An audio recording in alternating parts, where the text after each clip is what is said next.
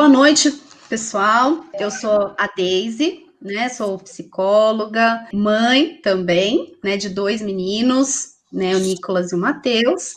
E a Carla vai também se apresentar neste momento. Ela que tem 20 anos de profissão em atendimento, de psicoterapia breve e mediação de conflitos. A Carla teve um problema de conexão e aí um problema técnico e ela vai estar apresentando apenas por voz, tá bom? Você pode se apresentar, Carla, por favor.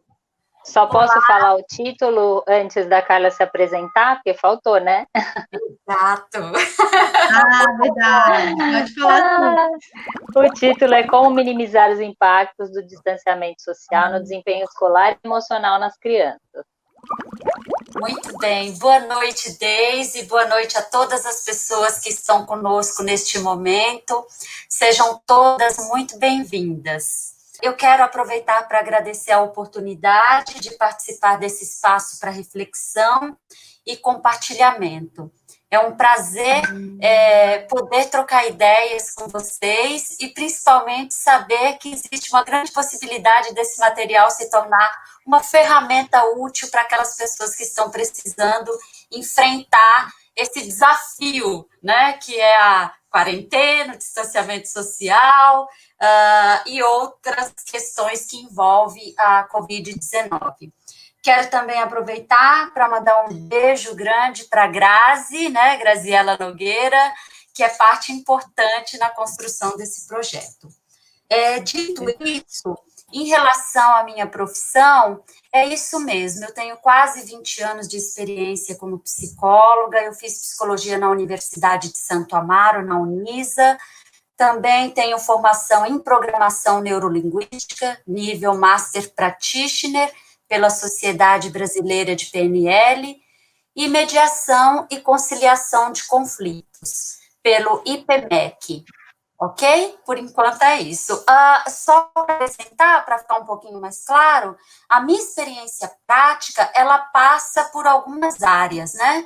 Escola, hospital, a área judiciária, social. E nesse momento, eu estou mais focada na clínica, com atendimentos pontuais, emergenciais, dando prioridade para aconselhamento e orientação psicológica e mediação de conflitos. Muito obrigada. Que ótimo! Então, nós estamos aqui com a professora Priscila Lira, também, que pode se apresentar neste momento. Muito obrigada por sua presença, Priscila. Sempre... Imagina. Eu agradeço o convite. Sou a professora Priscila Lira, estou na Prefeitura de São Paulo há 20 anos também, completei esse ano. A minha formação é no antigo magistério, na sequência eu fiz pedagogia e também sou formada em psicopedagogia, né? Atuei 2 anos na clínica, mas atualmente eu atuo só em sala de aula mesmo, né? Na minha experiência, eu tenho 10 anos de ensino fundamental, 10 anos de EMEI, e também sou mãe, tenho 3 crianças, né? A Ana de 11, a Lara de 7,5 e o Heitor de 4 anos. Então, tanto em casa quanto na escola, estou sempre ali passeando pela infância e aprendendo cada vez mais, né? Estou aqui hoje falando em nome da minha equipe, da minha EMEI, que é uma escola da Prefeitura de São Paulo, né? Desde da diretora, passando pela coordenadora, por todas as professoras, a equipe de apoio, né? Porque dentro de uma escola todos somos educadores, e compartilhar um pouquinho da nossa prática, do que a gente tem feito nesse período de distanciamento, e afirmar o nosso compromisso com o trabalho público, né? Nós somos profissionais sérios, comprometidos, e trabalhamos aí com muita garra pela qualidade no ensino público na Prefeitura de São Paulo. É isso. Muito obrigada. Agora eu tenho o prazer também de apresentar a professora Fabiola, Ana Fabiola, né, Maranho, e eu vou deixar você falar um pouquinho sobre você. Boa noite, é com muito, muito prazer que eu participo desse projeto, né, que teve como mentoria a Grazi, que é mãe de uma das minhas alunas esse ano, o Nicolas, que é a Deise também é mãe de um dos alunos desse ano, então, assim, foi um grupo que se interessou por essas questões que a gente vem vem enxergando agora nesse tempo de pandemia, né? E eu sou atuante do ensino fundamental, tenho 23 anos de rede, completo agora em setembro, né? Tenho mais 6 anos de estado, já passei pela educação infantil, ensino médio, fundamental 1, mas eu sempre, meu foco sempre foi nas séries iniciais, né? Primeiro, segundo, terceiro ano, porque eu sempre gostei muito do trabalho com alfabetização. A minha formação, a primeira formação, eu fiz magistério, em seguida eu fiz educação física, atuei também com educação física, depois eu fiz pedagogia e depois gestão escolar. Então, assim, sempre a minha formação veio dentro da área de educação, né? E também os cursos de formação também todos na área de educação. Também sou mãe, casada, né? Eu tenho um filho, adolescente de 14 anos, então, ao mesmo tempo que eu tenho os desafios com a pedagogia com os pequenos, eu tenho com o adolescente em casa também, né? E a gente sabe que não é fácil. E assim, é um prazer muito grande estar falando com vocês e trazendo um pouquinho da nossa experiência. E como a Priscila, eu também falo em nome da minha MF, né? Que também está envolvida nesse projeto nesse momento. E vamos lá. Obrigada. Muito bom. Nós, né, fizemos... agora, depois das apresentações, né, a gente vai refletir um pouco sobre as nossas crianças e os jovens que estão agora lidando, né, com o distanciamento social e o prolongamento desse distanciamento, seja ele por necessidade, né, ou por opção, em alguns casos, em alguns locais, que agora está tendo o retorno, né, gradativo, né, das aulas, e muitos pais que estão inseguros, e falar sobre esses pais que estão inseguros com o retorno da escola, sem a existência ainda de uma vacina segura, né? Então, nós queremos reforçar os agradecimentos, desejar que todos sejam muito bem-vindos, bem-vindas, que estão nos assistindo nesse momento, e especialmente a Grazi, como todas mencionaram, que é uma mãe extremamente presente, né, tanto no ano passado, como a Priscila mencionou, e esse ano continua atuante, mesmo com distanciamento social, ela fez questão de preparar essa união, né, e que tudo isso pensando em contribuir coletivamente com os pais, né, aproveitar os conhecimentos, os nossos conhecimentos com a nossa experiência de maternidade também, e mais as questões dos pais. Então, vamos iniciar agora com as nossas questões, e o motivo também, antes de falar sobre a primeira questão, eu quero salientar que no último mês, a Grazi, e nós, juntamente com a Grazi, fizemos uma busca de informações, né, entre os pais e os professores, sobre o comportamento das crianças e dos jovens, sobre o desempenho, mais precisamente sobre o desempenho escolar, tanto na rede pública quanto na privada. E que, devido à impossibilidade desse retorno à rotina escolar, né, no caso, neste segundo semestre, então muitas coisas se apresentaram, muitas alterações se apresentaram.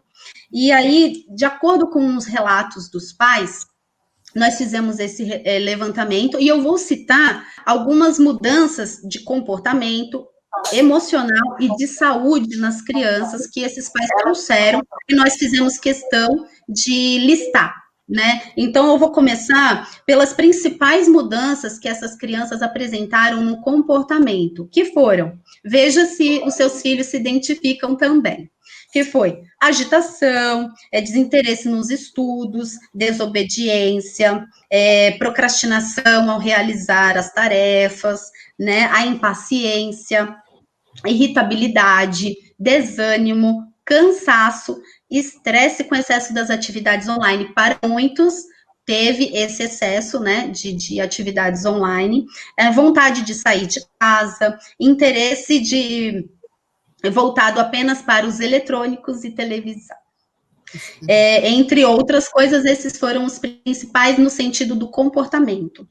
Teve também as questões emocionais que foram observadas, né? Que no caso foi o aumento da ansiedade, tristeza, choro, alteração de humor, carência, sentimento de solidão, saudade dos amigos e dos professores e professoras, o medo de se contaminar ou perder algum parente, né? E por fim, soubemos também de crianças com problemas de saúde, que foram principalmente alteração no sono, baixa imunidade e casos de alergias de pele ocasionada por estresse emocional. Então, foram várias situações que foram apresentadas, e diante de tudo isso, nós fizemos um levantamento, uma análise disso tudo, e aí pensamos em organizar esta live. Para quê? Na tentativa de responder um pouco dessas questões, de minimizar, né, de pensarmos, de refletirmos sobre tudo isso que está aparecendo, tudo isso que foi apresentado para a gente, né, e podermos, de algum modo, minimizar essas condições. Então, vamos iniciar pensando por que esses comportamentos aparecem com mais frequência nas crianças neste momento de isolamento. Essa é uma pergunta. Devemos nos preocupar, de fato, com essas alterações? Como podemos lidar com essas questões? São as primeiras perguntas que surgiram e que nos foram apresentadas sobre isso. No caso, eu vou estar respondendo, que no caso, as crianças são seres sociais, né, e que sofrem, assim como os adultos, todas as mudanças. Então, parando para analisar toda essa condição, nós estamos sofrendo um fenômeno que está se dando mundialmente, praticamente, atingir todo mundo, que é o Covid-19, no caso. E esse impacto repentino na rotina, não só dos adultos, mas das crianças também, elas vão ser sentidas, né, de algum modo. E tudo isso pode ter atingido suas várias esferas, como nós vimos, tanto na questão física, na questão emocional, na saúde, enfim. E assim, as crianças, elas foram afastadas, né, do seu convívio social, foram principalmente afastadas dos seus vínculos principais, no caso, seus familiares, elas tiveram que reduzir todo aquele espaço que elas tinham, né, na sociedade, do ir e vir, foi reduzida simplesmente à sua própria casa, né? E então o espaço físico foi reduzido, os vínculos sociais foram limitados, né, bastante limitados, e isso tudo dá alteração de humor. E aí o que acontece? As crianças, elas têm poucas habilidades para se manifestar, para poder falar sobre as suas dificuldades emocionais. Então, o que acontece? Elas, com certeza, vão estar apresentando isso de alguma forma. E qual é a principal forma que nós podemos observar neste momento? É o comportamento, a alteração de humor, as emoções. Então, elas podem transmitir estes sentimentos de duas formas, seja ela de uma forma mais expansiva ou de uma forma mais introspectiva. Então, todo o comportamento, aí no caso a questão é, quando é que a gente pode passar a se preocupar? Quando tudo isso que a gente falou, né, os tópicos que nós apresentamos, forem apresentados em excesso. Todo excesso precisa de uma observação cuidadosa. Complementando a fala da psicóloga Daisy, eu quero acrescentar o seguinte: todo ser humano é único, singular e absoluto. O que significa isso?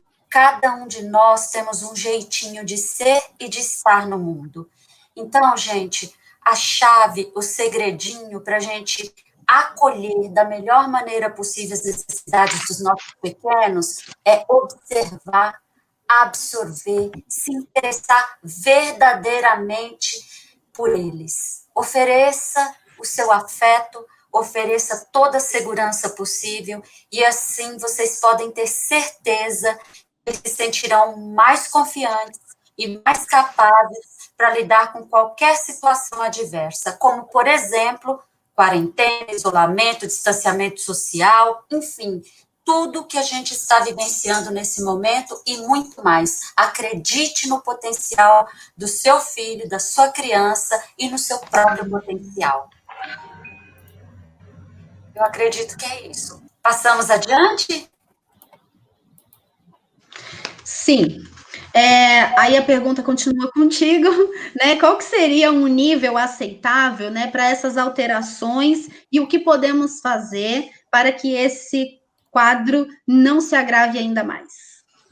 Então, eu vou ser muito objetiva. A bem da verdade é que não existe uma medida exata para a gente definir o que seria aceitável ou não.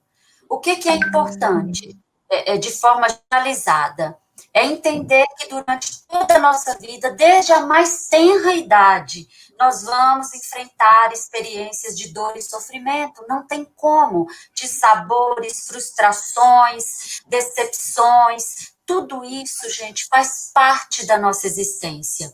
Agora, o que é maravilhoso? Eu considero uma dádiva. Todos nós, independente de qualquer pessoa, temos os recursos necessários para ressignificar experiências que a gente julga ser negativas e fazer com que todas essas experiências sirva para a nossa evolução, para o nosso crescimento. Muitas vezes são justamente as situações de sofrimento que nos motivam e nos fortalecem. E acaba tornando cada um de nós mais preparado e mais habilidoso para poder viver a nossa vida e tudo que há de bom nessa nossa existência. É importante, para além dessa compreensão, a gente entender que, claro, algumas ações podem ajudar a minimizar uma reação de estresse, de ansiedade, até mesmo de pânico. Por exemplo, na prática, como é isso? Você está vivenciando uma situação de crise, ou você ou a sua criança, e percebeu que está entrando num looping de pensar e agir no automático, naquele velho hábito de ter um problema, meu Deus, virou caos, não tem solução, entra em pânico, para tudo. Se afaste, saia do ambiente, se possível, respire calmamente, profundamente, no mínimo 4 vezes, antes de dizer ou fazer qualquer coisa. Observe em volta e reconheça o ambiente seguro em que você se encontra. Dados de realidade, gente. Pergunte-se, para que esse comportamento? Que desespero é esse? Qual o resultado que eu vou ter agindo ou me comportando dessa maneira? Olhe para o seu próprio corpo com atenção, com gratidão e perceba que você é dotado de capacidade. Perceba que você é livre, que você está para além de tudo isso que está acontecendo. Que você possui uma inteligência master. E repita quantas vezes for necessário. Eu estou bem, eu estou seguro, o meu equilíbrio é forte, é firme, é inabalável, eu posso lidar com isso, eu tenho condições de poder lidar com essa situação. Inicie mesmo, de verdade, um diálogo com seu eu interior, reconhecendo que você tem divindade, que você é capaz. Você vai dizer, eu sei que está difícil, tudo que se fala no jornal, o distanciamento da escola, cadê as professoras que não estão aqui para me ajudar? Onde foram parar? Está tudo caos, mas não. Cada um de nós é um potencial infinito de capacidades. E, de novo, quero frisar isso o tempo todo até o final da minha participação nessa live. Nós temos recursos internos para poder superar essa situação e viver com saúde e bem-estar enquanto é permitida a nossa existência nesse mundo que nós conhecemos. E só mais uma observação. Quanto a tudo isso que eu falei, serve tanto para o adulto quanto para a criança. Agora, essas ações, quando se dá com criança, precisa ser adaptada. A gente precisa transformar isso numa linguagem que elas possam assimilar, né? E aí que vem usar a criatividade, usar a forma lúdica e o principal, prestar atenção no seu estado emocional. Não adianta você falar, fica calma, para que isso? Quando o seu corpo, a sua linguagem não verbal está dizendo o contrário. Fica nervosa, fica irritada, você não consegue. Então, presta atenção nisso, no que você está sentindo, no que você está pensando e no que você está passando para o seu pequeno. E, por fim, nunca confunda sentimentos de tristeza, desânimo, ansiedade, raiva, entre outros que você possa estar pensando aí, com doença. Esses sentimentos são muito naturais quando transitórios e decorrentes de eventos específicos. Perdi alguém? Estou sofrendo demais, estou triste, né? Aconteceu algo que me contrariou, eu estou com raiva. Essa situação toda me desmotiva, me desanima. Ok, tudo isso é natural e esperado. Para um diagnóstico de doença mental, transtorno de ansiedade, transtorno de humor, uma depressão, outros aspectos deverão ser investigados e considerados. Então, na dúvida, pare de se autodiagnosticar e de ficar criando crenças limitantes na sua cabecinha, tá? É normal que você fique irritado, nervoso, apreensivo, né? Mas você pode lidar com isso. Tem dúvida? Ficou recorrente? Está passando uma situação de equilíbrio? Aí sim, vai buscar a ajuda de um profissional capacitado. Eu acho que ótimo. Muito bom, Carla, muito obrigada. Em contrapartida, a queixa principal, né, relatada pelas crianças e pelos jovens, é a falta da rotina escolar. Bom, podemos afirmar, então, que a escola é fundamental para o desenvolvimento infantil, não só intelectual, como também social, emocional e psíquico. Então, é necessário impor em casa a rotina? Regras e a disciplina para trazer segurança emocional para os nossos filhos? Professora Fabiola, com você. Vamos lá, então. Então, a gente, para responder essa questão, eu trouxe um pouquinho da teoria, né, do psicólogo Lev Vygotsky, que ele traz a ideia do desenvolvimento cognitivo do aluno, que se dá por meio sempre de interação social, que é a interação dele com os indivíduos e com o meio, trocando as experiências, que a gente está privado nesse momento, né? Como a aprendizagem é uma experiência social, e partindo dessa teoria, estar em isolamento, privado de interação, prejudica diretamente o desenvolvimento intelectual da criança, né? Pois como esse aprendizado se dá com as trocas que ele faz com o meio, ele está privado disso nesse momento. Feliz de quem tem irmãos em casa, né? Porque a gente recebeu muitas questões, principalmente dos filhos únicos, né? Então, só com adultos, a interação mudou muito, né?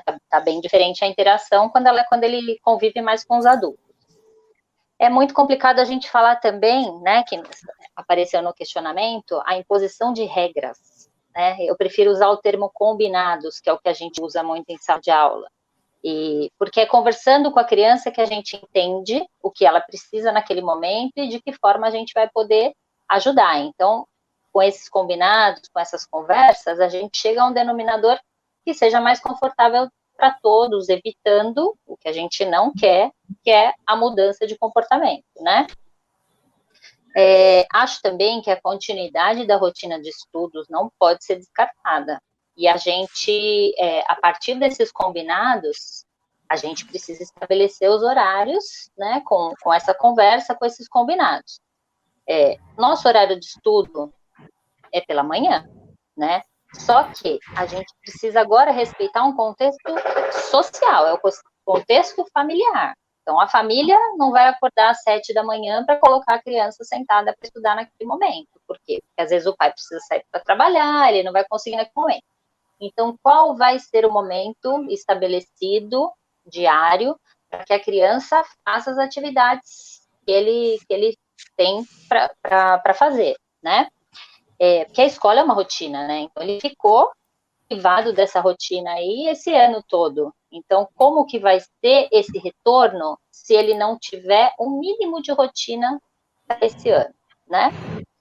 E não é o professor que impõe. Eu não vou falar, olha, para os pais, né? Ó, você tem que colocar seu filho às 8 horas da manhã. A gente até coloca um horário de plataforma que a gente vai estar ali presente. Mas cada família é que vai propor o seu horário dentro da rotina, né? Para a realização dessas tarefas. Mas é essencial manter essa rotina.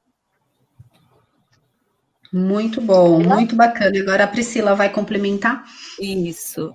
Agora eu vou complementar um pouquinho, dando o olhar da educação infantil, né? Que é da onde eu falo. Infelizmente, a gente a gente sabe, né, que a gente vai ter muito prejuízo nesse período de afastamento social, né? A gente não vai conseguir medir, não vai conseguir elencar todos esses prejuízos, né? E um deles, de fato, são a questão das interações, né? Quando a criança vai na escola, ela tem a possibilidade de inúmeras interações, de inúmeras vivências, né? Todas as atividades que ela vivencia são planejadas pelas professoras anteriormente, né?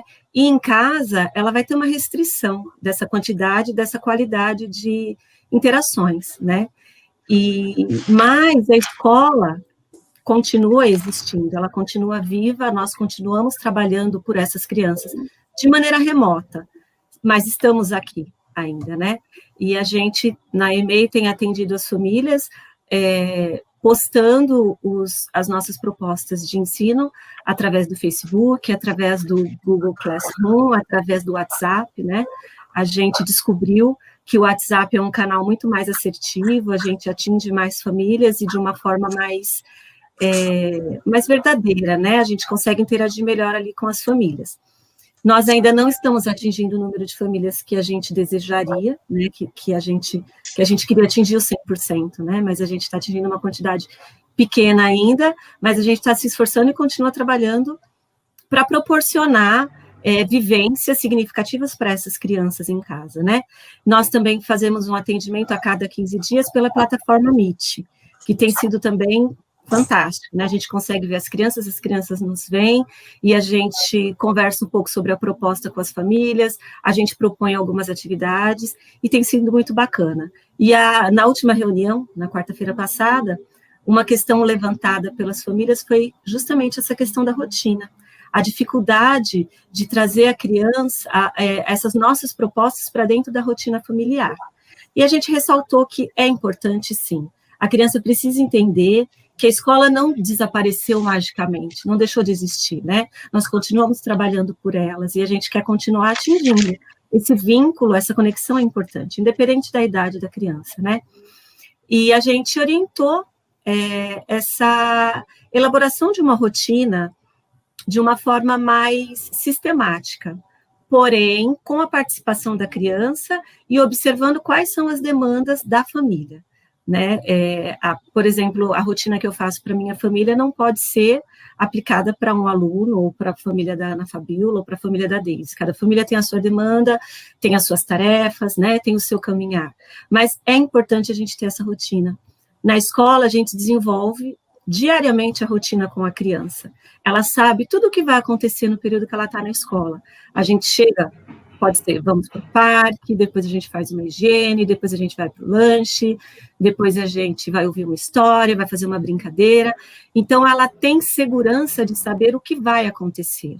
É algo palpável para ela, é algo concreto. E ela não se sente insegura, não fica ansiosa, né? Uma das queixas das famílias é a questão da ansiedade. Se a criança sabe o que vai acontecer com ela no decorrer do dia, ela vai se sentir mais segura. Então, a gente orientou o estabelecimento de uma rotina E pode ser escrita, né? Cada família vai achar o seu jeito, mas é importante que seja escrita, né? No primeiro momento, o café da manhã e a escovação, depois uma brincadeira, enfim. Estou dando exemplos, né? Aí a hora do almoço, a escovação, depois uma atividade escolar, ou o contrário, e que essa rotina fique estabelecida junto com a criança, né? Com a família, e que fique à altura da criança, para que ela possa acompanhar, né? E passando o dedinho e falando o que vai acontecer, o que não vai acontecer. Provavelmente, no decorrer da semana, vai precisar de alguns ajustes, porque nem sempre tudo sai do jeito que a gente planeja, né? A gente vai precisar fazer algumas trocas, a gente vai precisar fazer algumas mudanças, né?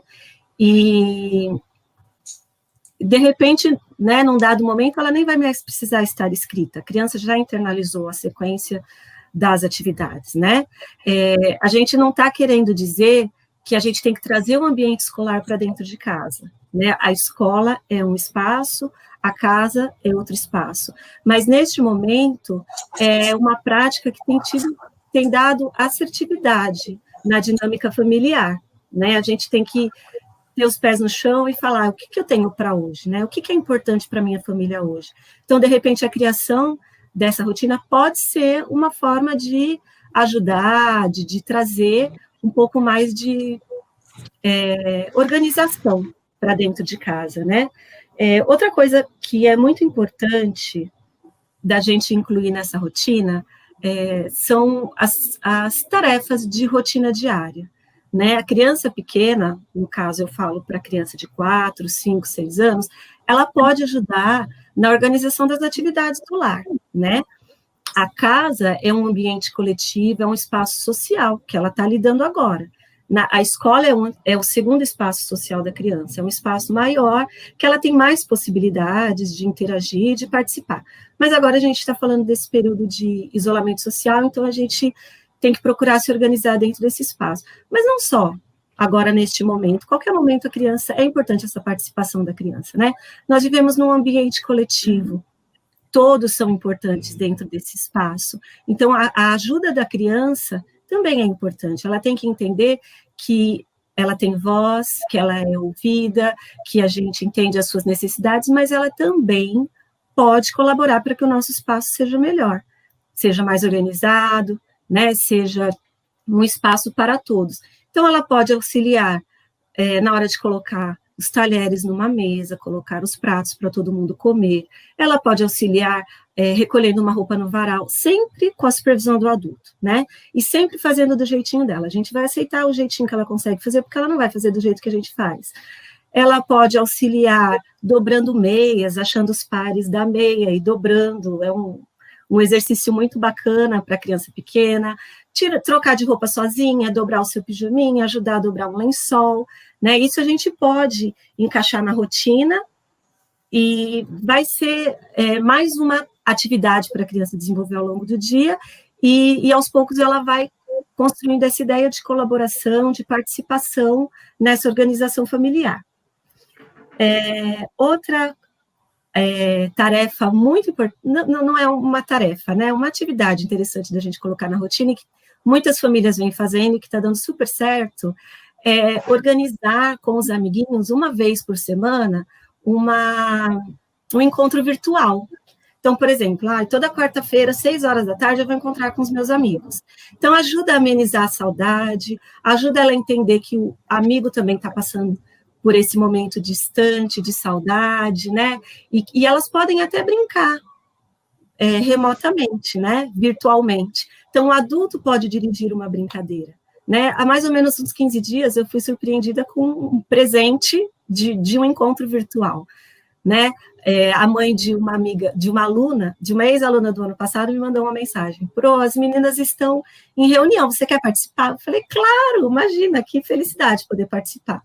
E tinha 5 coleguinhas da nossa turma do ano passado, e aí eu pude participar, e a gente conversou, e a gente brincou, e a gente viu que o dentinho de uma está caindo, da outra também, o cabelo cresceu. Nossa, como você está grande, a irmãzinha nasceu, e foi muito gostoso, afetivamente aquilo foi muito, muito acolhedor para mim, e eu sei que foi para elas também. E num dado momento, uma pediu, Pro, conta uma história, Eu falei, ai, meu Deus, claro, agora. Então, eu peguei um livro, comecei a ler, e foi muito gostoso, né? E eu quero continuar participando disso, e tem famílias que estão fazendo, e quem não está fazendo ainda, fica a dica. É muito, muito prazeroso isso. E aí, como é que a gente pode brincar? A gente pode brincar de morto-vivo, a gente pode brincar de mímica, a gente pode brincar de caça ao tesouro, né? Uma mãe pode dividir essa brincadeira. Agora, todo mundo tem 10 segundos para encontrar um objeto redondo. Aí todo mundo corre para pegar esse objeto. 3 objetos amarelos, uma foto da mamãe, enfim, dá para fazer desenho e a outra adivinhar o que a amiga está desenhando. Vai da criatividade, né?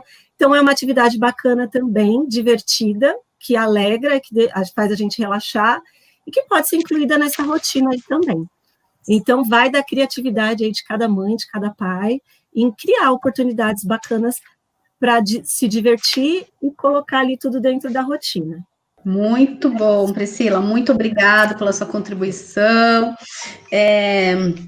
Bom, na educação infantil, nas crianças menores, né, temos conhecimento de que as propostas pedagógicas têm um caráter lúdico e privilegiam a interação e brincadeira. Como os pais podem manter a rotina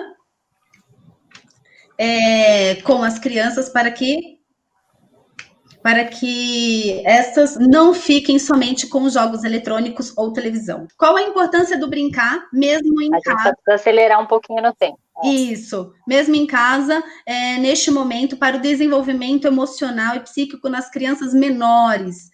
E para os filhos únicos, como lidar, né, sem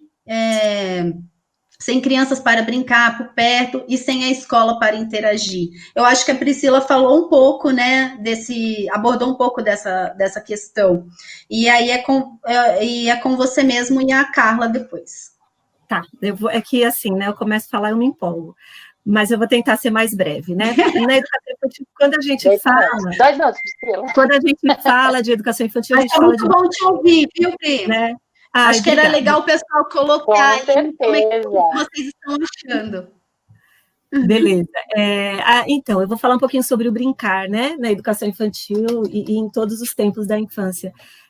O brincar é a atividade principal da criança, né? É através da brincadeira que ela conhece o mundo, ela se conhece, ela interage, ela vivencia papéis que ela ainda não pode ver na vida real, né? Ela pode cuidar de um bebê, ela pode dirigir um carro, ela pode ser dentista, ela pode ser professora, tudo dentro da imaginação. Então, através da brincadeira que ela vai se apropriar, vai conhecer esse mundo externo, onde ela está inserida, vai participar desse mundo e vai aprender a se relacionar com ele. Né? Na escola, quando ela brinca com outra criança, ela aprende as regras, ela impõe regras, ela segue regras, ela aprende a dividir. Tem momentos que o brinquedo é meu, mas tem momentos que o brinquedo é nosso, eu posso emprestar para você. Né? Então, essa é a riqueza das interações, né, que a gente está perdendo neste momento. Mas não é porque a criança está em casa que não tem outras crianças para interagir, no caso dos filhos únicos, né, que ela não vai brincar. Então, aí, agora, neste momento, essa coisa concreta, a gente, professora, passa a bola aí para os pais. Quem vai brincar é o pai e a mãe. Se tem irmãos, vai brincar também com os irmãos. Então, neste momento, os pais têm que ter um pouco mais de paciência, um pouco mais de organização, olha a importância da rotina, encaixar esse momento da brincadeira na rotina diariamente. A criança, ela pode brincar sozinha, ela pode brincar em dupla, ela pode brincar com a mãe, com o pai, ou ela pode brincar com a família inteira. Né? É super importante esse brincar para ela, é a forma que ela se relaciona com o mundo, então ela não pode deixar de brincar. Eu tenho aqui, voltando na questão dos pais, né? É um desafio para a gente que tem criança em casa, elaborar, tirar de dentro da cartola brincadeiras interessantes que proporcionem desenvolvimento, mas se a gente quer que o nosso filho esteja saudável, a gente tem que investir, a gente tem que respirar, que nem a Carla falou, no mínimo 4 vezes e falar, eu vou brincar. Porque a gente também se cansa, a gente também fica nervoso, né? A gente tem que ter este momento de consciência, porque o adulto da relação somos nós. Então, nós temos que conduzir essa brincadeira.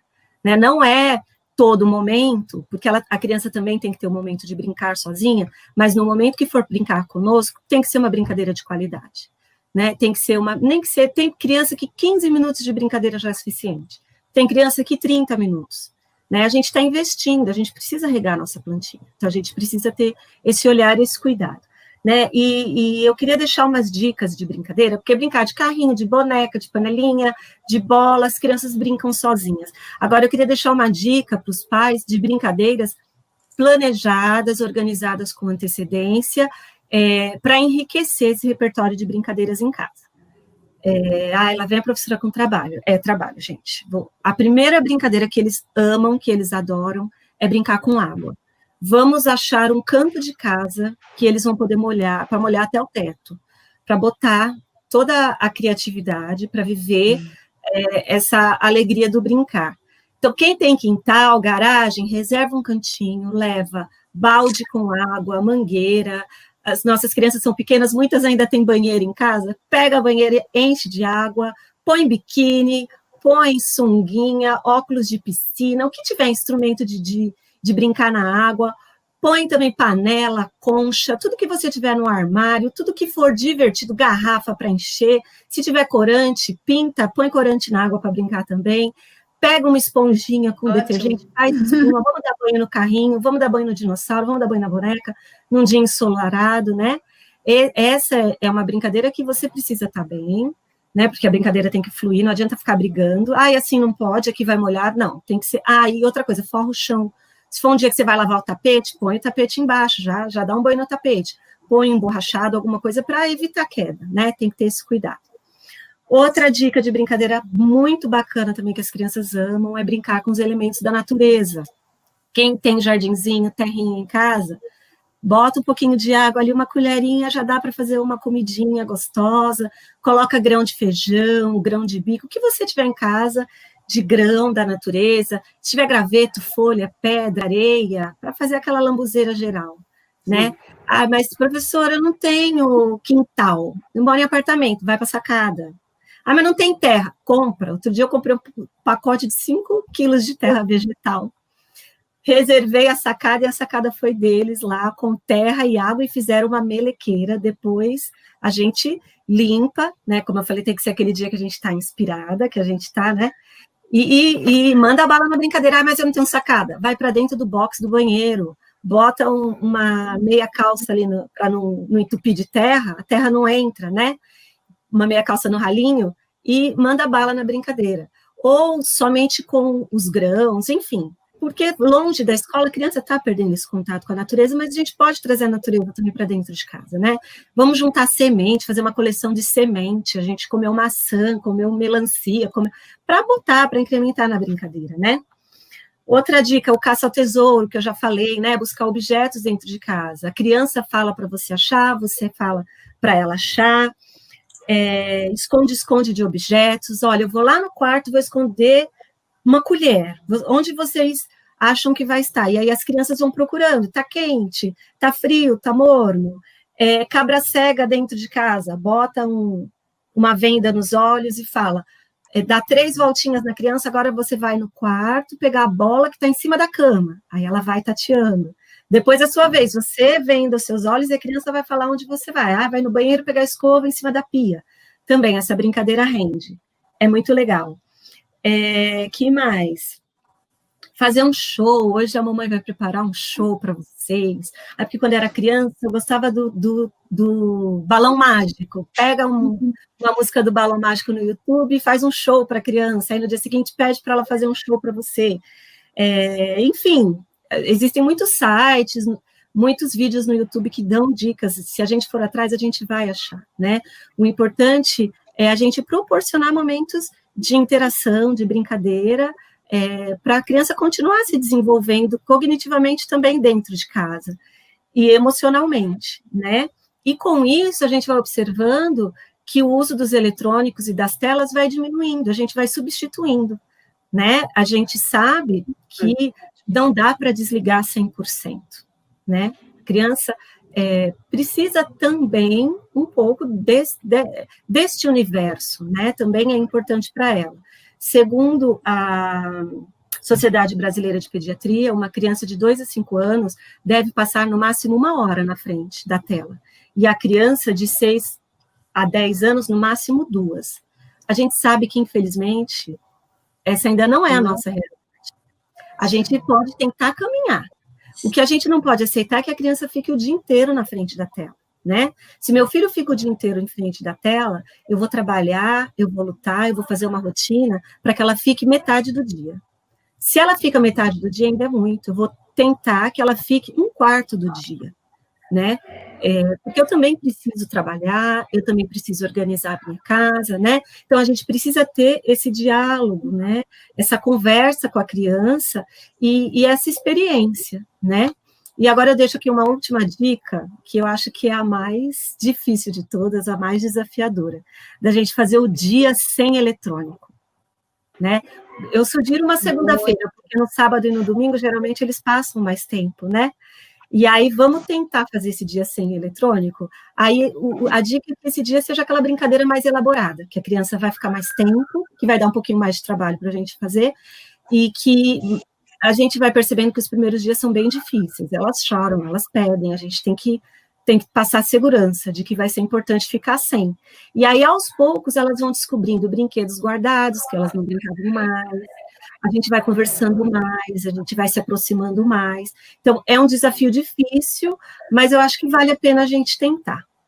Então, é mais ou menos isso assim, que a gente vem conversando com as famílias, e as nossas propostas, né, que a gente apresenta, é sempre a título de convite, para que as crianças sintam prazer em realizar, é importante que elas sintam prazer para poder ser uma experiência significativa. Se não for significativo, não tem aprendizagem, não tem desenvolvimento, né? Então, é tudo a título de convite, né? A gente dividiu essas atividades em formato de ateliê, e a gente tem tido bons retornos das famílias, e essa é a nossa linha, essa é a nossa conversa com as famílias das crianças pequenas, né, na educação infantil.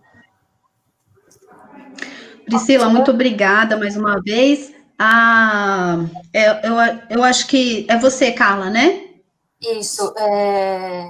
Preocupada com o tempo, eu vou fazer só 2 pontuações, porque eu acredito que a Priscila já contemplou toda a pergunta, não há muito mais o que acrescentar. Então, assim, o brincar, como ela já bem disse, é muito importante, é um ensaio para a vida privada e social, é uma forma de transmitir conhecimento, colaborar na construção da identidade do indivíduo, no caso da criança. Então, isso já foi muito bem explicado pela Priscila. O que eu quero chamar a atenção é para o estado de presença. Nada disso que foi proposto vai funcionar se você realmente não estiver presente por inteiro, com vontade, interessado. Então, estado de presença é fundamental para qualquer brincadeira. E o outro ponto que para a psicologia é também muito interessante são as histórias, né? As histórias contribuem para o desenvolvimento da linguagem, da criatividade, do raciocínio, fortalece vínculo, gera prazer, todos nós sabemos disso. Então, pratica com amor, pratica com carinho, experimenta, quem não faz, experimenta, contar um pouquinho de história, ouvir história da criança, inclusive, eu quero aproveitar a oportunidade para indicar uma coleção de livros que foi elaborado para ajudar a criança a lidar com medos, traumas, conflitos e questionamentos que possam surgir na sua vida. E são temas extremamente complexos e que essa coleção aborda de uma forma tão bonita, tão leve, tão cuidadosa. Então, quem puder, se chama, deixa eu procurar aqui, Coleção Terapia Infantil, da editora Paulus. Alguns títulos, só para vocês terem uma ideia. Ficar com raiva não é ruim. Quando os pais se separam, quando as coisas ruins acontecem, o que acontece quando alguém morre. Tem uma série de temas delicados e que é tratado de uma forma humana, criança, né? Uma forma linda. Os livros são bonitos, o conteúdo é muito interessante, vale a pena. É isso. Muito obrigada, Carla. E eu também quero agradecer a todos que estão aqui, né, com a gente, firme e forte. Nós temos aqui 50 visualizando esse bate-papo, que é a nossa proposta. Tá um bate-papo maravilhoso, muito bom, e eu queria que vocês falassem aí o que vocês estão achando, e eu tenho certeza que a gente pode esticar mais um pouquinho, porque tá muito bom e ainda tem umas coisas muito legais para poder falar, né? Então, temos uma quinta questão, que é na educação infantil, ainda percebemos pais ansiosos para adiantar conteúdos pedagógicos, com receio de que seus filhos apresentem defasagem, né, na aprendizagem. O que devemos fazer para controlar a ansiedade dos pais? Mesmo sabendo que a criança menor ainda precisa consolidar uma série de habilidades e conhecimentos antes mesmo de ser alfabetizada. A professora Priscila ainda responde essa. Isso. A gente também tem tido essa demanda nos nossos encontros com as famílias, né? A gente percebe as mães preocupadas, porque ano que vem vão para o primeiro ano e precisa saber as letras, e já precisa saber ler e escrever, né? E aí a gente tem a oportunidade de reforçar a nossa proposta pedagógica, né? Como eu já falei, né, na educação infantil, o eixo condutor do trabalho é a brincadeira e as interações. Né? Tudo que faz parte do mundo que a criança está interagindo faz parte do nosso currículo, né? A apresentação desse mundo. E a alfabetização, o mundo letrado, a leitura e a escrita faz parte do mundo dessa criança, e ela tem curiosidade, ela tem desejo em aprender.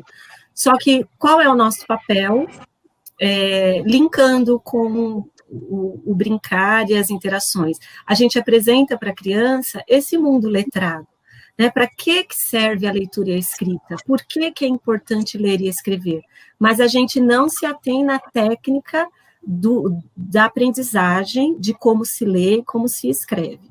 A gente quer entregar para a criança essas ricas informações, para quando chegar lá no ensino fundamental, a professora do primeiro ano vai dar continuidade nesse processo e a criança vai se desenvolver, vai aprender a ler e escrever com facilidade, com prazer. O mais importante é que seja prazeroso, né?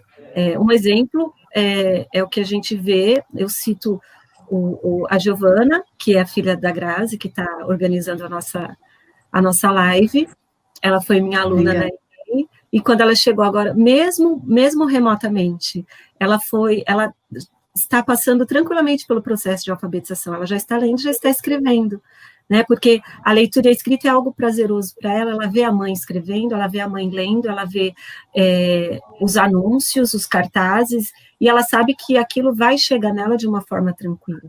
Né, a gente explica para os pais que não há necessidade de fazer a criança copiar 10 vezes uma palavra, copiar várias vezes as letras, que isso ela vai aprender, ela vai se apropriar tranquilamente no primeiro ano. Se a criança pergunta como se escreve o nome, a gente também não pode tampar o olho da criança e falar, não, agora não é hora de você aprender. Tudo bem dela escrever, dela copiar algumas palavras, mas por iniciativa própria, a gente não pode cobrar isso da criança. Então, é isso que a gente procura elucidar. Como a Carla bem falou, é muito importante a questão da leitura. Ela falou do ponto de vista psicológico, agora eu trago para o ponto de vista pedagógico, né? Quando a gente senta com uma criança e lê uma história para ela, ela vai perceber e ela vai construindo mentalmente a ideia de como as palavras são lidas, são pronunciadas na hora da leitura. Então, isso é uma informação importante. Ela vai construindo a informação que as palavras são escritas da esquerda para a direita, ela constrói a informação de quando a letra está de cabeça para baixo ou não, a sequência das páginas, né? A gente chama isso de comportamento leitor. Então, a gente desenvolve muito isso na educação infantil.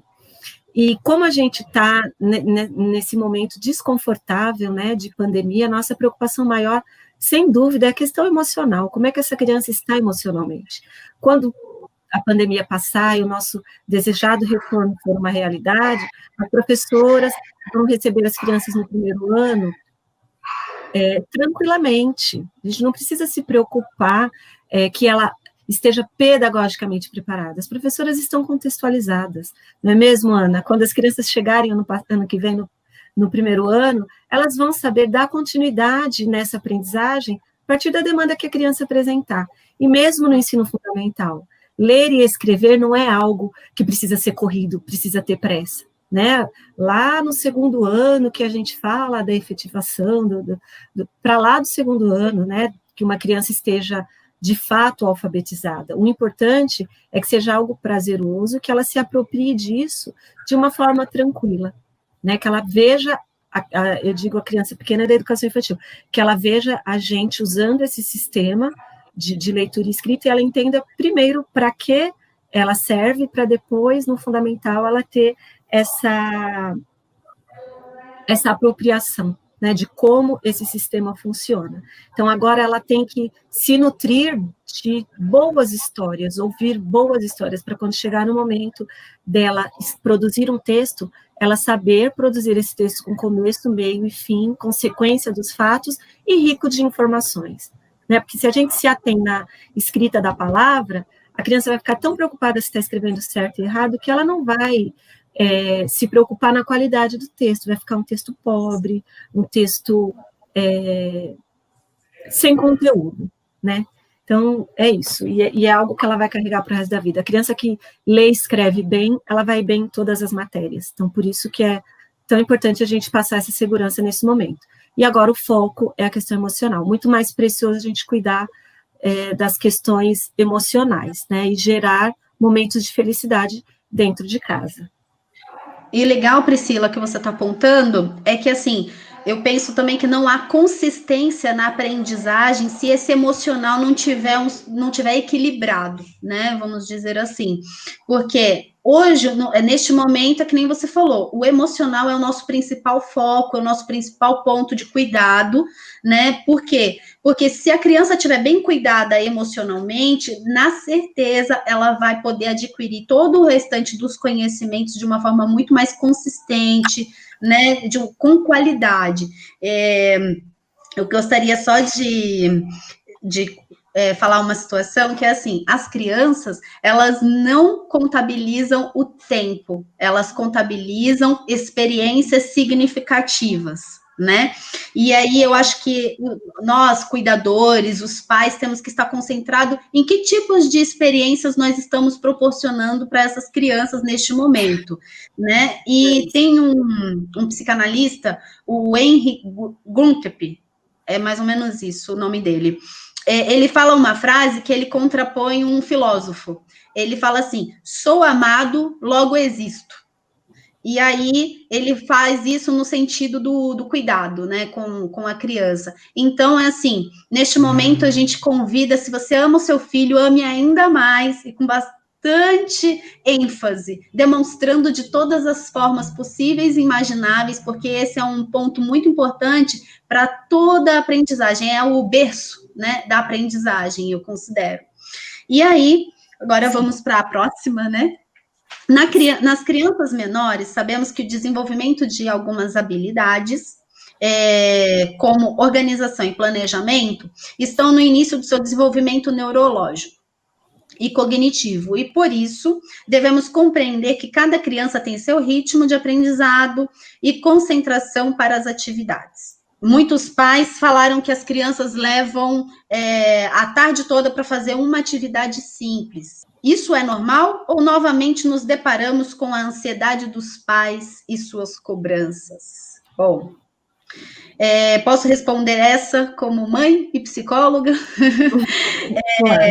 Tenho 2 filhos, um na fase onde a Priscila atua e o outro na fase que a Fabi atua. Então, eu vou dar o exemplo do Nicolas, que hoje está na fase de alfabetização, que eu acho que a fase da alfabetização também causa muito mais ansiedade nos pais, tipo, e agora é momento de aprender a ler e escrever, o que eu faço com isso? E aí, o Nicolas apresentou muita resistência nesse período, apesar de antes ele super, assim, gostar muito, né, das atividades da escola e tudo mais, ser super aberto à aprendizagem, e meu filho realmente teve uma mudança aí nesse aspecto, justamente Porque nessa fase eles já tiveram uma certa experiência com a escola, com a figura da professora, com o ambiente escolar. Então, assim, eles meio que definiram na mente deles de que existe um lugar de aprender, né? E aí, o que acontece? De repente, abruptamente, com toda essa coisa do afastamento social, ele se depara com a ausência dos amigos, a ausência da figura da professora, e aí a mãe dele, de repente, passa a ser a professora dele, sem técnica pedagógica, e ainda mais sem os colegas dele para aprender, que é extremamente importante o convívio social na aprendizagem, principalmente o convívio dos pares, né? Apesar deles conseguirem aprender com os adultos, mas os pares vamos dizer assim, é um ponto motivador para eles. Então, cada criança realmente ela vai ter o seu tempo de aprender, né? O seu tempo de desenvolvimento, e cada uma vai enfrentar esse momento, esse impacto vai ser diferente para cada criança. Não tem como se ausentar disso, né?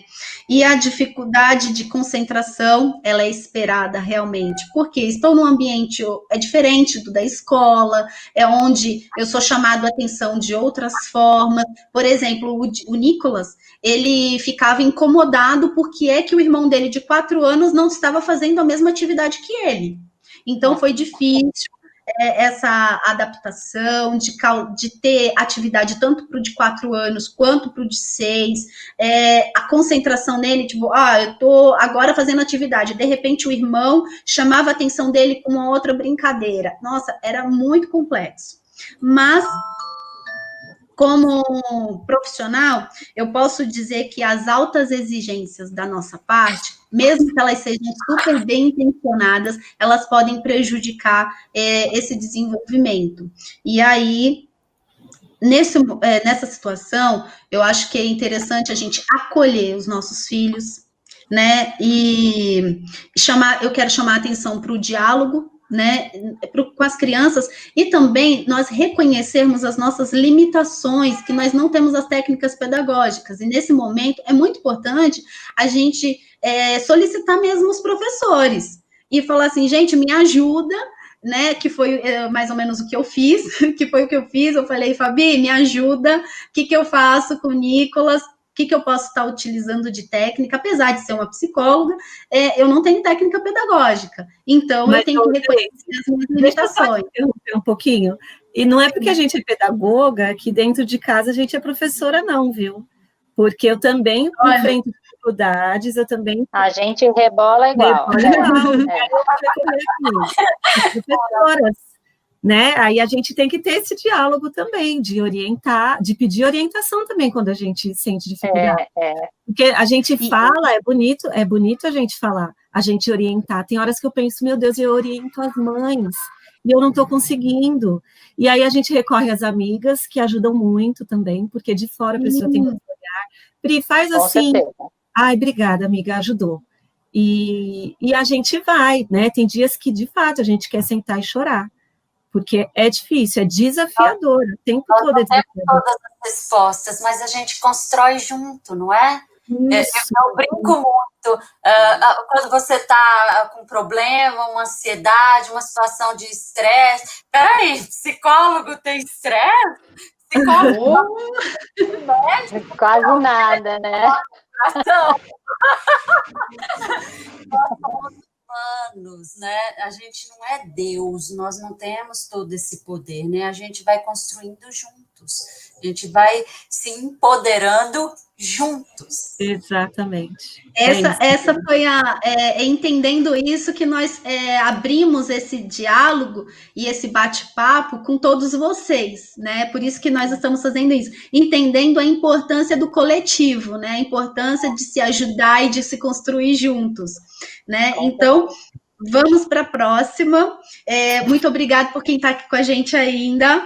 Ainda tem algumas coisas para a gente responder. Muitas crianças estão entediadas, né? Pois no início tudo era novidade e agora, após 6 meses, mesmo sabendo que tudo vai passar, as crianças e jovens se sentem desmotivados por falta do contato direto com amigos e professores. Como motivá-los? Tá aí, Carla, para você. Então, o que a gente falou, né? Construir juntos, não tem receitinha de bolo, né? As coisas não são assim automáticas, exatas. Então, vamos lá. Vamos retomar a ideia de que nós somos seres singulares. Ou seja, aquilo que pode motivar alguns, de repente, não motivam outros tantos, né? O que mais que seria importante? A opção que a gente tem, vamos falar de prática, né? Bom, peraí, então, se cada um funciona de um jeito, então como é que a gente resolve isso?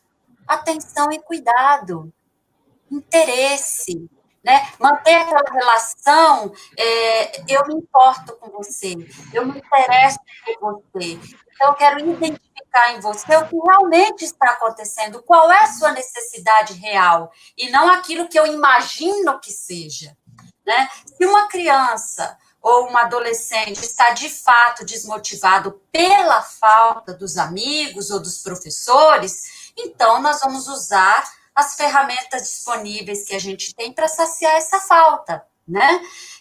Hoje nós podemos contar com a tecnologia de várias maneiras, não somente para nos aproximar daqueles que gostamos, mas também para pesquisar atividades, sugestões e ideias criativas, para preencher o tempo da espera, porque é isso que a gente está passando, né? Um tempo, um período, né, de espera.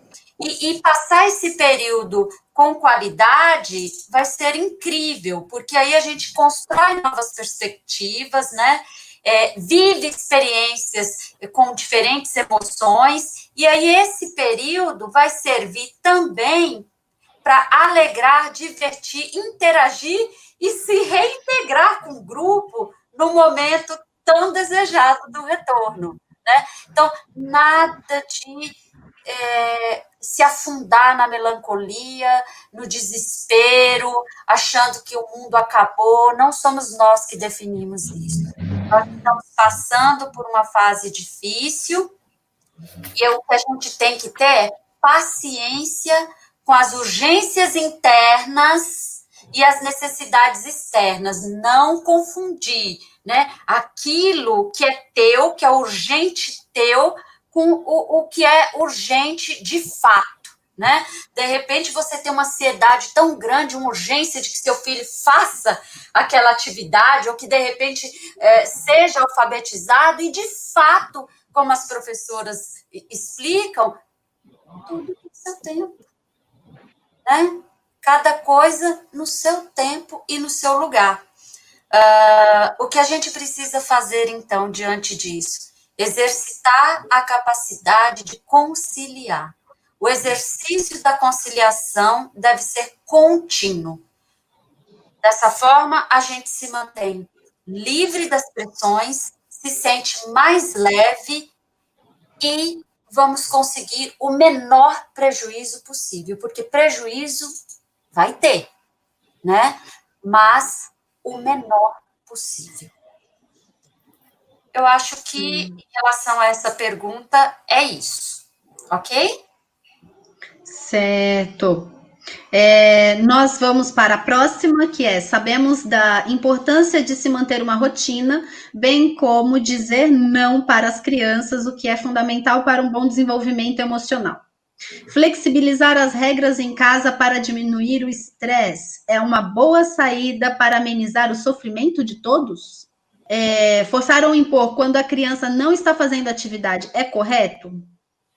Algumas mães notaram que as crianças tiveram um desempenho melhor na realização das atividades depois que brincam e descansam. Isso pode ser uma boa saída? Como devemos agir nessa situação? Continua com a Carla. São várias perguntas aqui que as famílias fizeram, né? Então, vamos sintetizar aqui da melhor maneira. Flexibilização é tudo de bom, né? Pessoas flexíveis têm muito mais oportunidades, são adultos bem mais felizes e saudáveis. Então, praticar a flexibilidade com as crianças é um excelente aprendizado, tanto para os pais quanto para os filhos. Existem várias maneiras da gente fazer isso. Aí seria uma outra live para a gente se aprofundar só nesse assunto. Vamos lá, vamos fazer. Não, quanto à questão da imposição à criança, eu acho que isso não seria saudável, muito menos assertível e nada agradável. O resultado não atenderia o desejado, ainda que, no primeiro momento, possa parecer eficiente, né? Porque quando você impõe, você está exercendo poder, né? E aí a coisa não vai funcionar legal. Respeitar a criança como um ser pensante e sujeito de direitos é, acima de tudo, um dever, tá? E o ECA, né? O Estatuto da Criança e do Adolescente. Agora, nós não podemos confundir, tá? Isso aqui é muito importante. Liberdade de expressão, respeito a direitos e afeto com falta de educação. E educação aqui eu estou dizendo no sentido de instruir, disciplinar, tá? A criança, já foi dito, inclusive, pelas profissionais pedagogas, elas necessitam de regras, de limites, de referência, de organização. Sem limites, você não contribui para o desenvolvimento saudável do seu filho, de jeito nenhum. Ao contrário, você corre o risco de criar pequenos tiranos ou pseudo-adultos. É a criança que pensa que é adulta e se comporta como se adulta fosse, né? Então, isso é muito importante. A proposta é agir sempre com equilíbrio e compreensão das reais necessidades para que você, pai e mãe, não produza um ambiente de mais estresse e acabe prejudicando a relação da criança com a própria rotina dela, tornando essas obrigações um fardo, um peso, ao invés de algo bom, prazeroso e construtivo. Então, nessa questão das tarefas, das atividades escolares, acontece muito isso. Eu vejo isso muito no consultório e na própria família. É muita cobrança, muita tensão, e a criança fica realmente, entre aspas, traumatizada, né? Ela cria qual que é a palavra? Um ranço, né? Estudar se torna algo abominável, né? Então, a gente tem que ter esse cuidado de colocar o limite, mas de forma inteligente, prazerosa, acolhedora, e tudo isso na base do diálogo. Vamos lá. Ouvimos crianças em fase de alfabetização e estas relatam que os pais, por vezes, não têm paciência. Falam alto e explicam rápido demais. Sabemos que os pais também foram pegos de surpresa, né? E estão sobrecarregados, estressados com tantas atividades. Podemos afirmar que isso também contribui ou reflete de forma desfavorável? Pois devemos ser exemplo de boa influência para os filhos? Olha, neste período, assim, as falhas dos pais em relação a ensinar as crianças é esperado, né? Porque não está preparado para isso, né? E não temos aí uma receita de bolo. Mas, e neste período, com esse excesso, né, dessas mudanças e tudo mais, estresse, mudanças repentinas de trabalho, ou, né, a falta do trabalho, ou o prejuízo financeiro, tudo isso contribui para aumentar nossa ansiedade, o nosso estresse, remodelar a rotina. Então, é muito esperado que os pais cometam falhas na hora de ensinar as crianças. E aí, sabemos que também não estamos no mundo ideal da alfabetização infantil, mas podemos aqui agora nos apropriar da fala da criança, que fala dessa irritação dos pais, e utilizar uma dica, né, que os pais podem ter da própria criança, da fala da própria criança. Esse é o momento de ouvir a criança e ouvir os apontamentos delas, né? E aí, para poder a gente passar e flexibilizar de alguma forma as atividades, se perceber nesse momento também, de repente a criança, ela também pode nos apontar alguns comportamentos que nós estamos tendo em excesso, de repente, e a gente ter a humildade de se olhar nesse momento e perceber. E a partir disso, realizar os tais combinados, né, que a professora Fabi falou lá no início, né, porque este momento for marcado sempre por tensões, ela pode desmotivar o seu filho, ela pode desmotivar a criança. Então, é muito importante nós nos atentarmos. E aí a professora Ana Fabíola vai complementar a minha fala.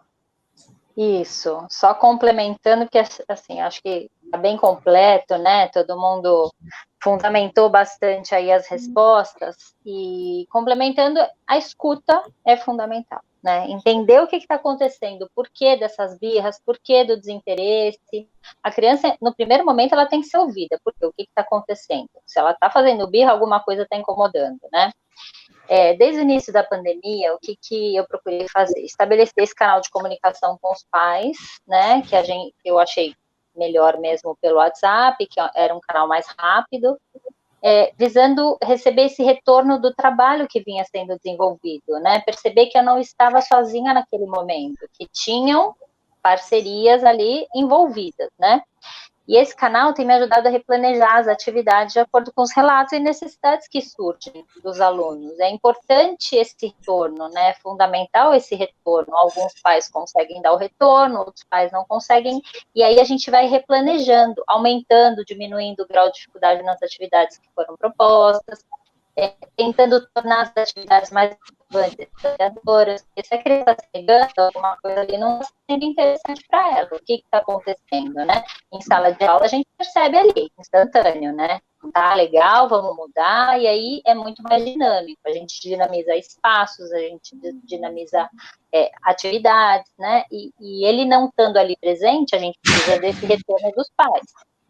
E aí eu percebi que a parceria nesse momento entre mim e os pais, né, foi fundamental para os avanços significativos. As crianças que tiveram avanços significativos foi por conta dessas parcerias que foram estabelecidas lá no começo. E a gente sabe, a gente não está de olhos vedados, né, para as dificuldades que os pais enfrentam. Os pais não têm a formação pedagógica para que eles, às vezes você prepara uma atividade que seja motivadora, desafiadora, chega lá, o pai não entende nem o que ele precisa fazer com a criança, né? Então, às vezes, a gente precisa desse parâmetro para entender o que está sendo interessante, o que não está sendo, e o que os pais estão conseguindo desenvolver, né, com as crianças, e não pensar em nada que seja absurdo, mas também não ser uma atividade que não tenha graça para a criança. E aí, a gente tenta adequar, né, para minimizar a ansiedade e a angústia também dos pais, né? E a gente recebeu relatos de pais de escolas privadas, que a gente teve um encontro presencial, né, para a gente discutir como seria encaminhada a live, e a gente teve essa conversa, inclusive, né, que a gente recebe relatos de pais de escolas privadas, que eles tem a necessidade de incentivar os filhos e manter crianças pequenas por 4 ou 5 horas em frente ao computador fazendo atividades. E, assim, essa reclamação é muito intensa, né? E no nosso modo de pensar, isso é desumano. Tanto com os pais que precisam estar em constante cobrança, né? E principalmente com as crianças que são obrigadas a se adequar a uma realidade que foge completamente do habitual. Ela tem que estar ali. Eu já estou incomodada, eu já estou querendo levantar, dar uma circulada. Imagina uma criança, a gente está aqui, ó, 1h30. Imagina uma criança, 5 horas, ouvindo um professor falar remotamente. Tudo bem que ele vai conversar com os amigos, vai se ver que também é interessante, mas tudo tem o tempo. A Priscila falou da sociedade brasileira, né? O tempo determinado para cada coisa ali, né? E eu entendo que, por ser um ano atípico, o currículo precisa ser revisado, não só nas escolas, que o que acontece no ensino fundamental, a gente tem a plataforma, né, que a gente posta as atividades diárias, e também tem o caderno Trilha de Aprendizagens, que chegou na casa das crianças para que eles dessem continuidade nessa aprendizagem, que é uma sequência didática. Então, isso foi repensado, esse currículo foi repensado, revisado, diminuindo a carga de trabalho. Não dá para a gente pedir, então hoje a gente vai fazer 10 páginas, 2 de português, não dá, a gente tem que diminuir essa questão, não pensar só em conteúdo nesse momento. Esse momento, a gente tem que preservar o emocional. Como que a gente preserva? Entendendo o que é necessário e o que é possível para a criança e para os pais nesse momento, porque não adianta a gente colocar a carga nos pais que não são pedagogos, né, para que ele pressione a criança, porque ele tem, principalmente em fase de alfabetização, né, que a gente pensa, a criança tem que sair lendo e escrevendo, que meu filho não conseguiu ainda, mas, gente, é um ano ativo, é isso que a gente precisa entender, e a gente precisa reforçar o lado emocional, fortalecer essa criança no lado emocional, e quando ele retornar, ele vai retornar com segurança, né? Então, a minha fala dessa questão é isso.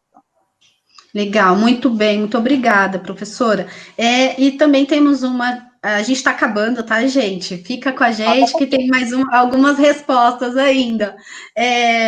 Percebemos também uma baixa participação das famílias nas atividades online e em redes sociais propostas.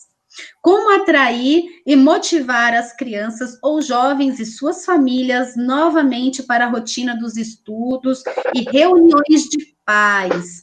Bom, na verdade é um complemento, né, à fala da Fabi.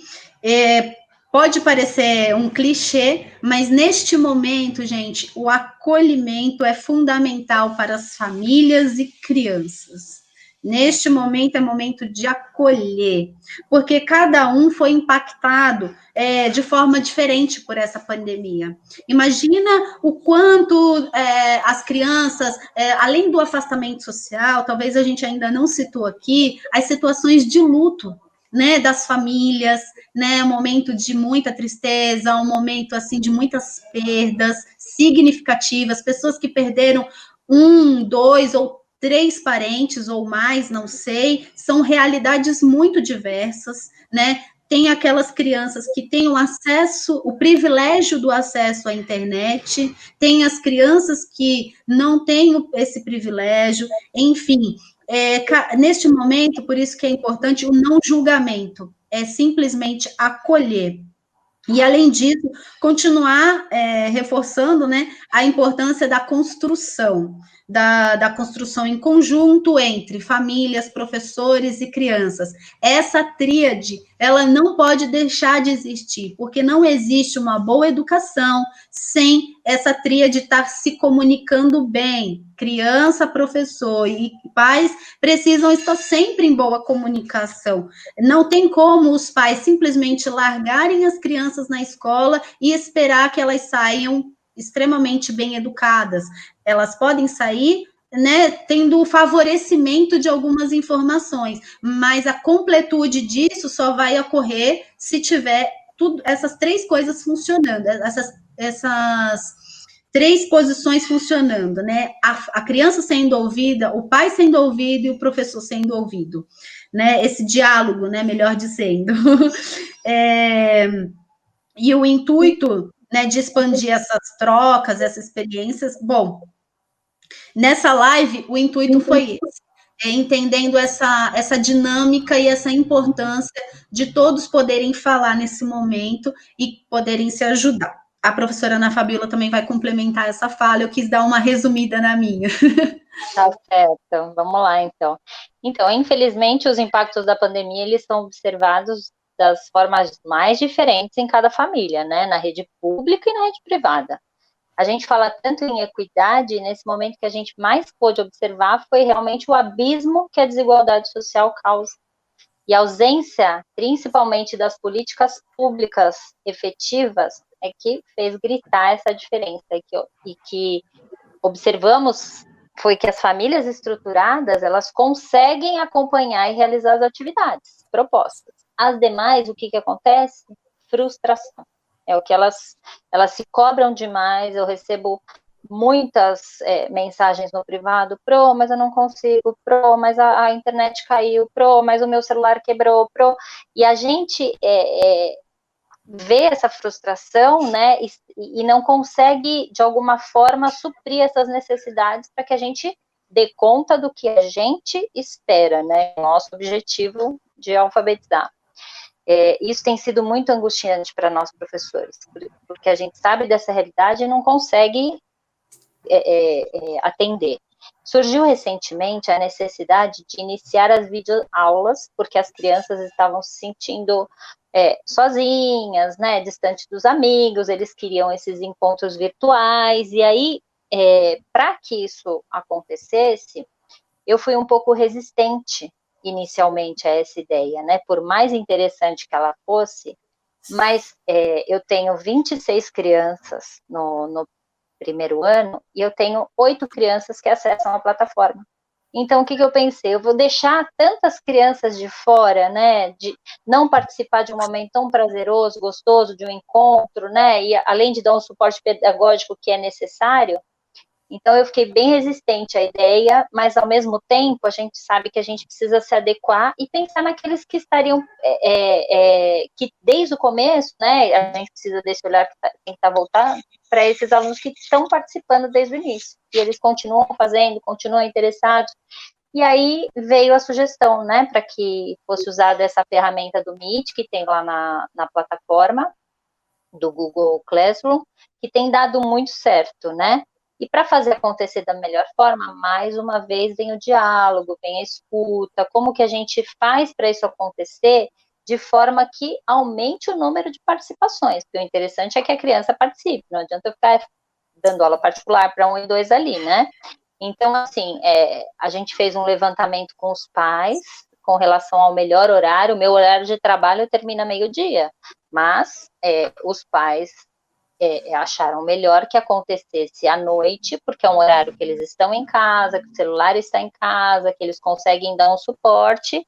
Então, a gente propôs que for no horário melhor para facilitar o acesso de mais crianças, né? Então, essa adequação, essa escuta é importante para que a gente consiga atender da melhor forma a todos, né?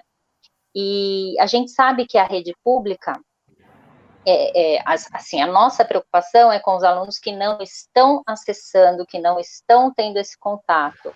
E o que a rede pública propõe? Que quando a gente fizer esse retorno, vão acontecer as avaliações diagnósticas, que são as avaliações para entender em qual nível cada criança vai voltar. A gente não sabe, eles estão em casa, os que estão passando as atividades para a gente, tudo bem, os que não estão, né?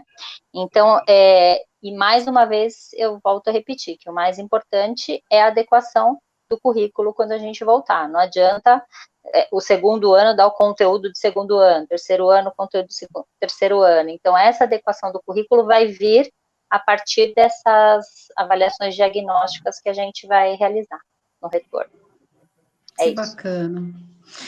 Sabemos das dificuldades, né, de muitas famílias em manter a rotina de estudos devido à falta de políticas públicas efetivas que facilitem o acesso, infelizmente, né? Como lidarmos com tantas dificuldades? Temos como tirar um aprendizado disso tudo? Bom, a rotina, como a gente veio comentando durante a live, é algo que nos ajuda na organização, né? Na organização diária, para que possamos cumprir nossos compromissos, né, com qualidade. Porém, todavia, este período nos mostrou o quanto somos elásticos e que a vida muitas vezes pode trazer eventos desconfortáveis, sofridos e com muitos desafios, desconstruindo tudo que pensamos ter organizado em algum momento.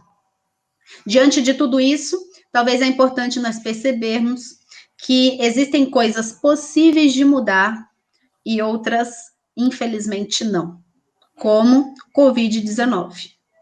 Portanto, cabe a nós alterarmos o que for possível.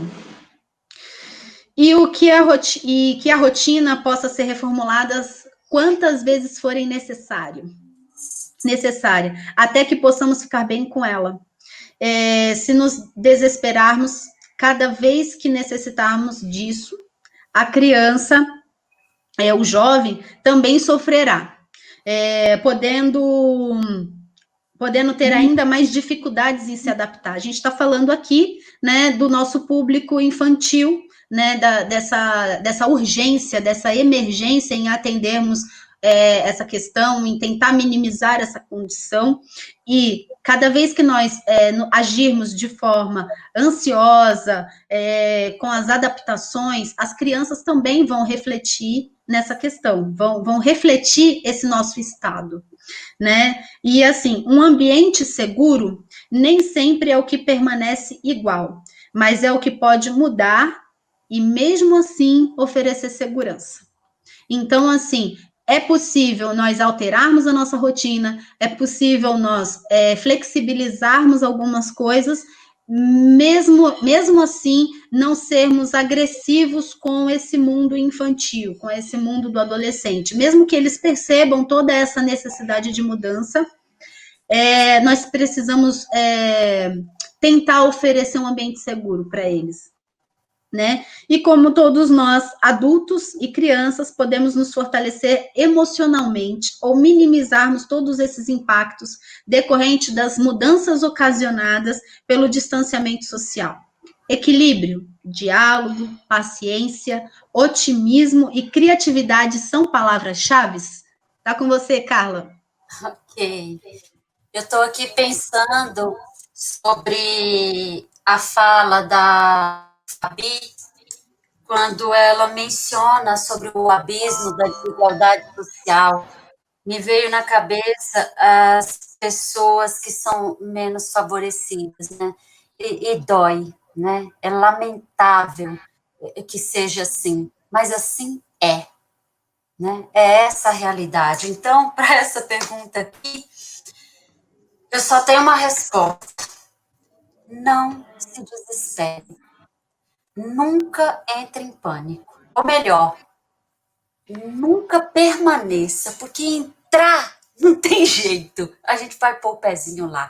A gente vai se sentir em alguns momentos em pânico, desesperado. Mas não se mantenha nessa situação. Solucione os problemas. Não tem a solução? Então, paciência e aguente firme, porque todos nós, independente de classe social, independente de nível intelectual, cultural, todos nós temos condição para superar. Somente precisamos de tempo para poder compreender, assimilar a situação, inteligência para encontrar um caminho e atitude para seguir adiante. Olha, eu vou repetir, todos nós somos capazes de superar qualquer obstáculo nessa vida. Essa doença, a Covid-19, é apenas mais um desafio que nós teremos que enfrentar, como tantos outros que já enfrentamos e estamos por enfrentar, né? A nossa vida, a nossa existência, ela é inerente aos desafios. Desafios, problemas, dificuldades fazem parte do viver. Então, assim, percebam vocês que o tempo da alegria, das conquistas e tudo de bom que desejamos está justamente no percurso das angústias, do choro e do medo que sentimos. Então, a conclusão de tudo isso é: tudo que nós estamos vivendo faz parte do mesmo processo. Não se deixe enganar, está tudo muito misturado, né? A questão da própria doença com questões políticas e por aí vai. Então, a minha sugestão é: conecte-se com a sua própria essência. É lá que você encontrará todas as respostas e é lá que está a tua verdade, dentro de você. Só você sabe o que é melhor e como você deve lidar com essa situação. Nós desejamos que seja da melhor maneira possível e nós aqui estamos querendo dizer que é possível e que a gente pode contar uns com os outros. Foi pedido que eu desse algumas dicas, né, para que você possa se conectar com a sua própria essência. Então, eu vou citar algumas, porque são inúmeras as possibilidades. Reserve um tempinho só para você. Só para você. Então, não vai para o quarto ou para a cama, ou sei lá para onde, e vai carregando Deus e o mundo no pensamento. Porque aí não é só seu. É você com você mesmo, se sentindo, se abraçando, prestando atenção em você. Silencie sua mente.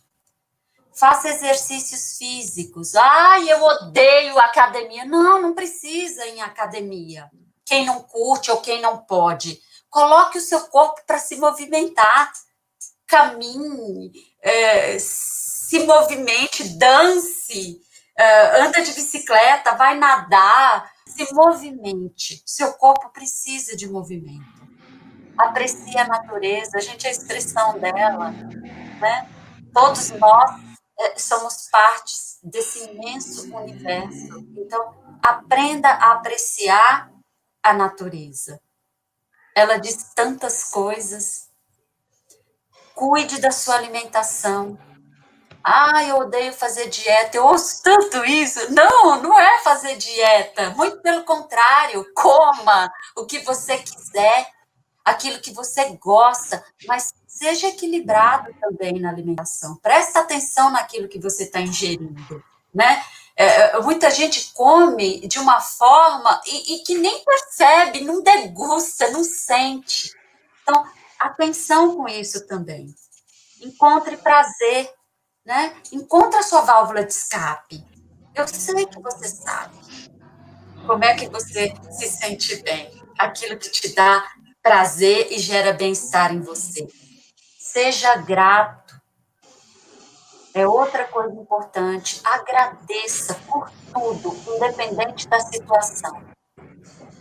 Eu não sei ler, eu não sei escrever, eu não fiz faculdade, eu não tenho formação, não importa. Você tem uma inteligência master, divina.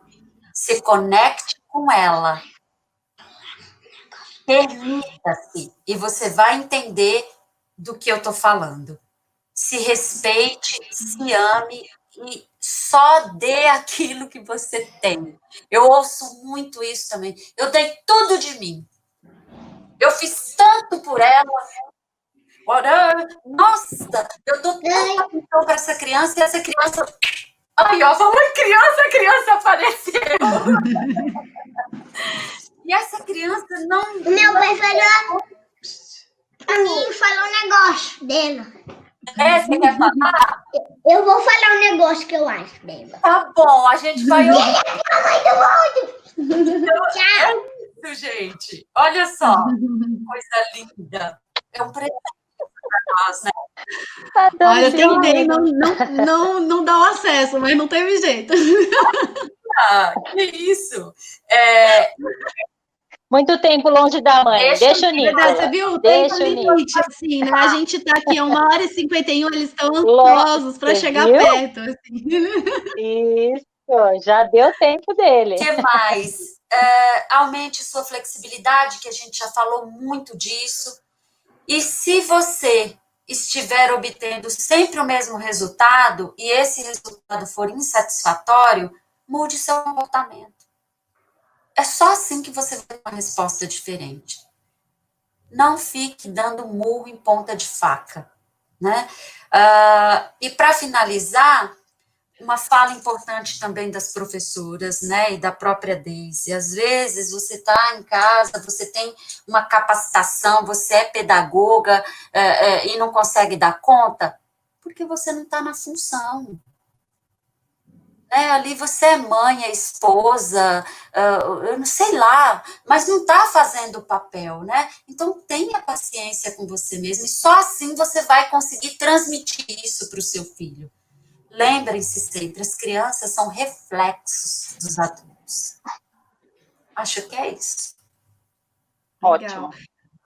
Priscila, você quer dar uma palavrinha final de se despedir das pessoas? Queria agradecer a oportunidade, o convite de estar aqui batendo esse papo, estou muito feliz. Queria agradecer as pessoas que estão acompanhando, os comentários muito carinhosos, né? Mães de alunos, professoras, colegas, da minha escola, né? Ou da vida, enfim. Muito gostoso a gente ouvir, ver esses depoimentos também, essas falas, e mais uma vez quero agradecer a Grazi pela iniciativa e pelo convite. Acho que é um assunto que a gente pode conversar bastante, né, e deste assunto a gente pode desmembrar vários outros, né, mas eu queria deixar um recado final, pensando nisso tudo que a gente conversou, né, que a gente se esforce cada vez mais para deixarmos bons filhos para o nosso mundo, né, porque disso vai depender a construção de um mundo melhor. A gente não tem que cobrar um mundo bom para os nossos filhos, a gente tem que construir bons filhos para que eles atuem neste mundo da melhor maneira possível, né? Muito bom, eu acho que obrigada, é isso. Priscila. Um grande beijo. Muito obrigada, nossa participação maravilhosa, muito bom o papo, tão bom que está durando quase 2 horas. Minha Fabi, nossa. Fabi, deixa um recadinho aí pra gente, uma palavra para nós. A estreia, né? Tava aquela tensão toda, e aí a gente já vem com a calma, achando que a gente tá no sofá de casa conversando e tá tudo certo, e assim as coisas fluem, né? Então a estreia já não doeu tanto, viu, Deise? Ai, que bom! Foi muito bom, eu acho que a proposta, né? E assim, da forma com que foi construída essa live, eu acho que o mais interessante, né, para deixar, é a forma com que foi construída. Foi feito um levantamento com os pais, então foi feita uma pesquisa do que era importante ouvir, do que era necessário nesse momento, né? E assim, a gente espera que a gente tenha contribuído positivamente de alguma forma, que eu acredito que tenha sido, né, com todas essas falas aí riquíssimas. E que venham mais momentos e que a gente se encontre mais para falar sobre, né? E assim vamos. E agradecer todo mundo que esteve presente também, né? Nesse tempo todo aí. E deixar um beijo para vocês. E muito obrigada por poder estar aqui com vocês hoje. Carla, quer dar uma palavrinha para todo mundo, final?